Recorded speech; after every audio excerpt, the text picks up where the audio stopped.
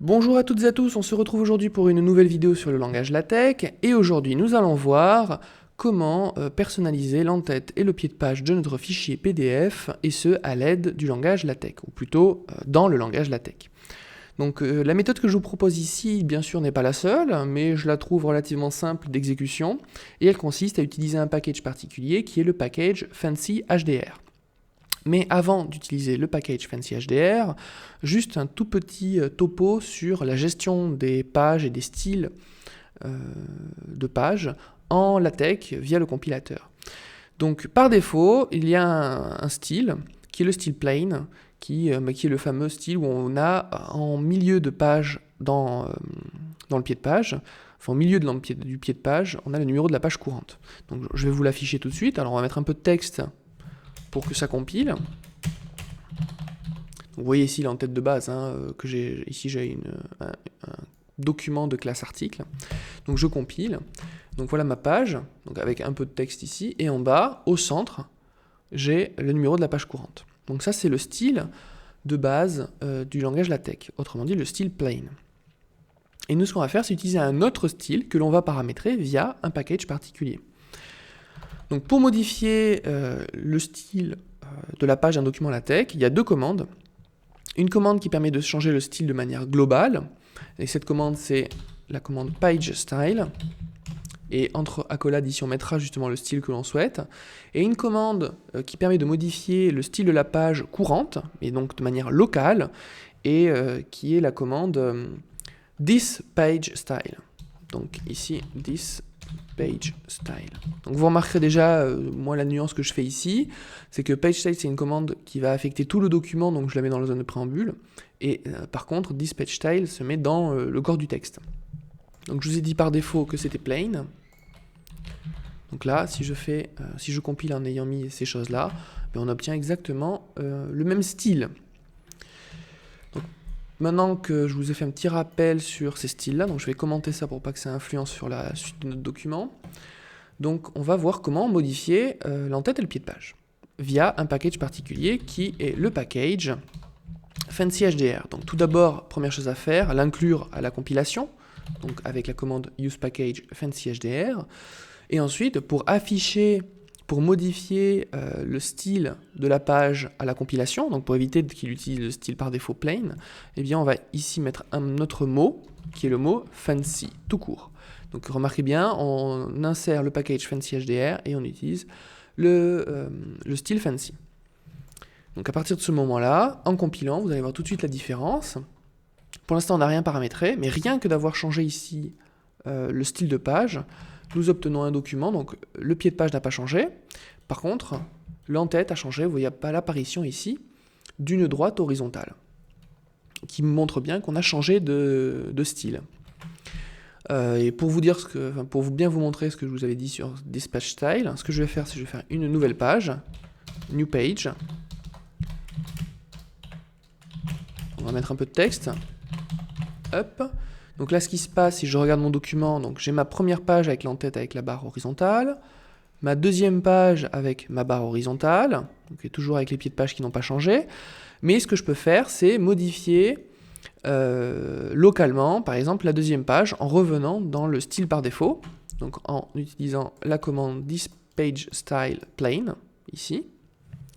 En compilation, enfin je compile et vous voyez, donc voilà, la page 2 n'a plus la barre horizontale, alors que la page numéro 1 contient toujours la barre horizontale. Donc ça vous permet de modifier localement le style de la page en fonction de ce que vous avez besoin d'y représenter. Donc je ne vais plus revenir là-dessus, donc je vais enlever cette commande.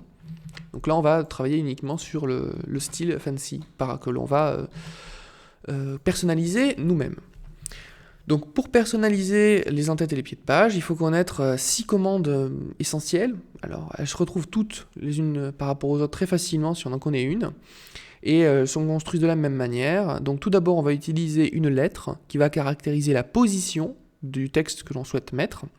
Donc bien sûr c'est en anglais, donc on va utiliser soit les mots left, right ou center. Et donc les premières lettres seront L, R ou C. Et ensuite, on va préciser si on veut modifier l'entête ou le pied de page en utilisant les mots head ou foot. Donc, en combinant tout ça, Donc on va avoir une commande, la commande L_head, et si vous avez bien compris ce que je viens de vous dire, le L va représenter le left pour gauche et le head pour tête ou en tête. Donc ici on va modifier ce qui est écrit en haut à gauche de l'en-tête. Donc ici je vais mettre juste du texte au gauche, je compile, et maintenant je regarde mon fichier, et donc comme vous pouvez le voir ici, en haut à gauche, donc dans mon en-tête, mais à gauche, j'ai écrit le texte que je viens de taper.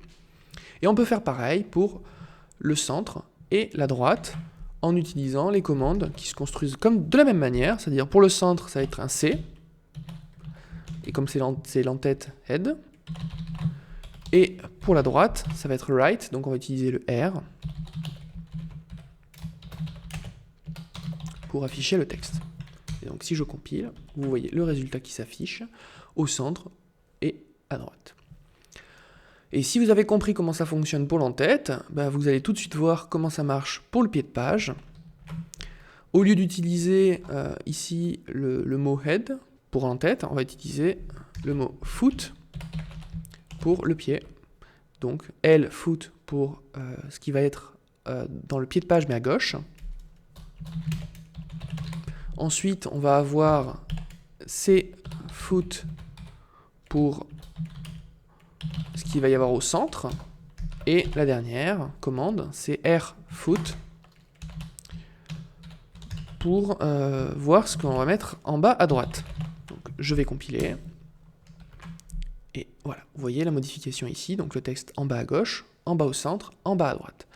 Remarquez qu'il n'y a plus de numéro de page, tout simplement parce que le package fancy considérait par défaut que dans le pied de page au centre, on devait avoir le numéro de la page courante, exactement comme le style plain. Donc là, par contre, vu qu'on vient de reparamétrer la zone en bas au centre, eh bien, il n'y a plus le numéro de page. Si vous souhaitez modifier ce qu'il y a Enfin, c'est-à-dire que si vous ne souhaitez plus avoir le numéro de page en bas au centre, mais que vous ne souhaitez pas de texte, eh bien, il suffit d'enlever ce texte ici. Donc ici, voilà, je dis explicitement, il n'y aura pas de texte dans le pied de page au centre. Si vous enlevez cette commande, le style fancy va remettre le numéro de page. Par contre, si vous la redéfinissez en ne mettant strictement rien, vous allez avoir, vous allez tout simplement ne plus rien avoir à ce niveau-là. Très bien, alors passons à la suite. Maintenant, je pense que vous avez envie de voir un petit peu qu'est-ce que cette ligne-là, est-ce qu'on peut l'enlever, déjà, d'une part, et qu'est-ce qu'on peut faire avec. Eh bien, on peut faire deux choses, enfin une simple chose plutôt, on peut redéfinir son épaisseur. Si on redéfinit son épaisseur à 0, eh bien, elle va disparaître, et on peut après l'épaissir ou la rendre de plus en plus fine, comme on le souhaite. Donc comment ça va se faire? Eh bien, on va redéfinir une commande, redéfinir la commande qui justement gère l'épaisseur de cette barre horizontale. Donc comment on fait ça? Pour redéfinir une commande en LaTeX, on utilise la commande suivante, /new command. Et ensuite, cette fonction-là va prendre deux arguments obligatoires, donc ils sont tous les deux entre accolades. Le premier qui va être la commande en question, et le deuxième va être la valeur ici, ou en tout cas la nouvelle commande associée.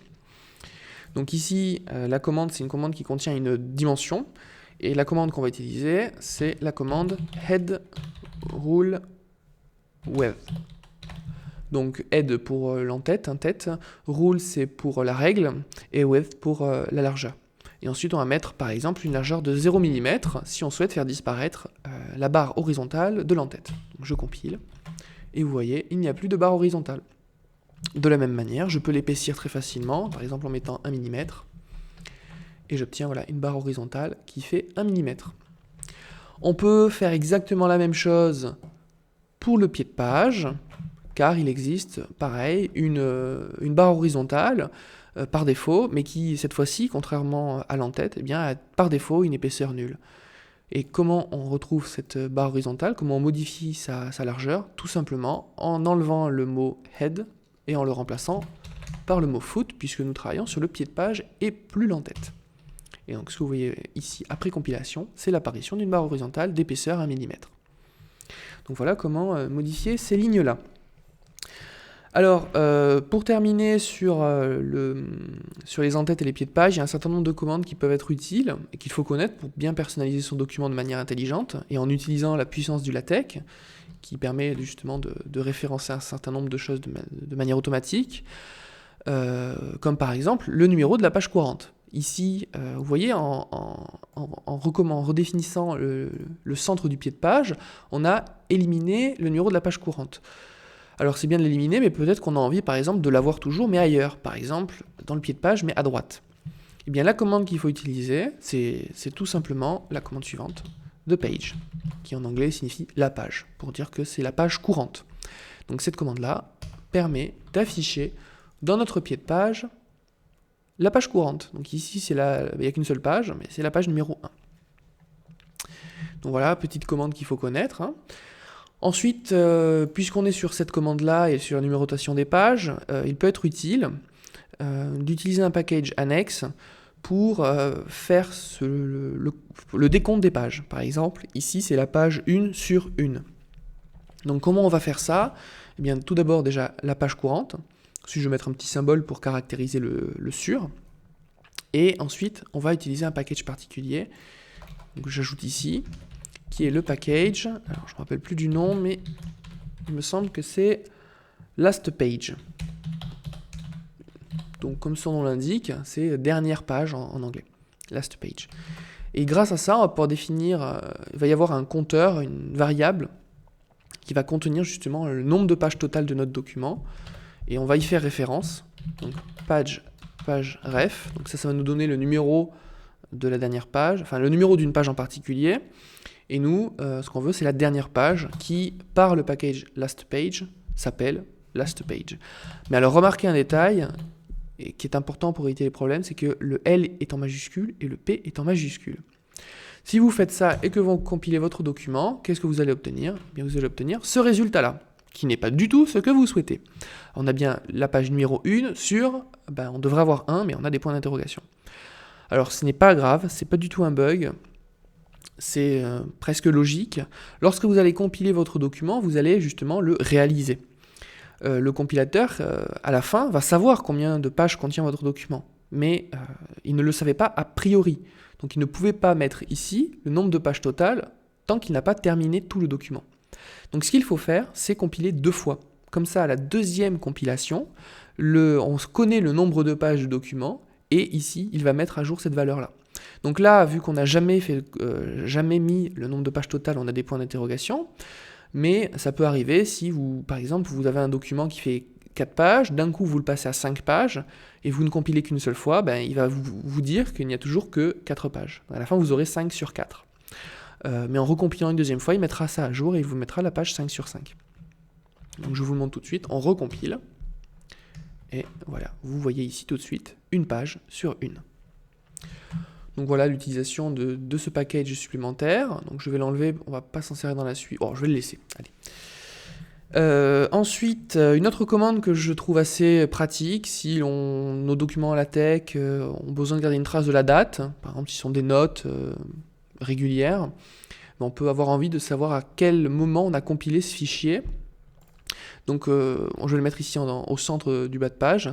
Et la commande pour faire ça est toute simple en anglais, c'est anti/today pour aujourd'hui. Donc anti/today va nous donner la date d'aujourd'hui. Et voilà, comme vous pouvez le voir ici, la date. Remarquez que la date est au format anglophone. En effet, pour l'instant, par défaut, le LaTeX est fait pour écrire des documents en anglais. Et si on veut le passer en français, il faut rajouter un package qui est le suivant. Vous avez peut-être déjà vu dans une des précédentes vidéos, qui est donc le package Babel. Babel, et on précise qu'on veut écrire un document en français, et on va écrire French.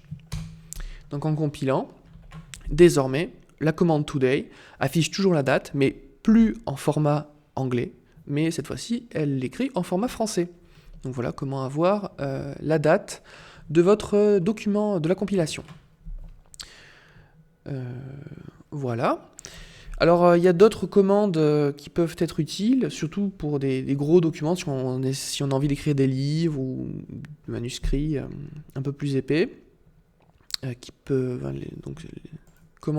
2 commandes qu'on peut utiliser, ce sont les commandes. Alors, je vais les commenter pour pas que ça modifie mon fichier ici, mais ça va être les commandes. Pardon. Alors, left mark et right mark. Alors, la commande left mark, qu'est-ce qu'elle va faire? Eh bien, elle va afficher la chaîne de caractères associée au titre de la section en cours. Plus précisément, au titre de la dernière section d'une page. Donc ici, dans mon document, je crée une section que j'appelais première section. Je compile et vous allez le voir ici. Donc là, j'ai une seule page sur mon document. Oui, alors j'ai oublié un détail. Donc j'ai créé une section ici. Donc la section première section. Donc à la fin de la page 1, nous sommes dans la section première section. Et si maintenant j'utilise la commande leftMark et que je la mets dans mon en-tête ou dans mon pied de page, là par exemple je vais la mettre en haut à gauche, donc je mets la commande leftMark, que je compile, qu'est-ce que j'obtiens? Eh bien tout simplement ici, exactement cette chaîne de caractères qui est là. Donc j'ai le 1, première section. Bon, remarquez que le package Fancy a redéfini la façon de l'afficher, c'est-à-dire qu'ici c'est écrit en majuscule. On peut personnaliser, mais ça dépasse de loin le cadre de cette vidéo. Donc voilà pour la commande leftMark. Donc si je mets une deuxième section,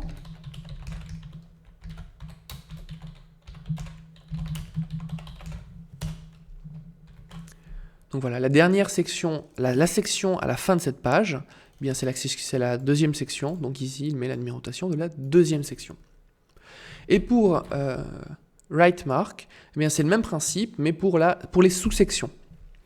Alors, je précise quelque chose qui souvent n'est pas très important pour les petits documents, mais il faudra faire la nuance en fonction de la classe du document. Donc ici, on est dans la classe article, donc leftMark va faire référence à la section et rightMark va faire référence aux sous-sections. Par contre, si l'on prend une classe book, par exemple, pour faire un gros document, eh bien leftMark va contenir non plus la section, mais le chapitre en cours, et rightMark contiendra la section en cours. Donc vous voyez, il y a un décalage, tout simplement parce que en article, le plus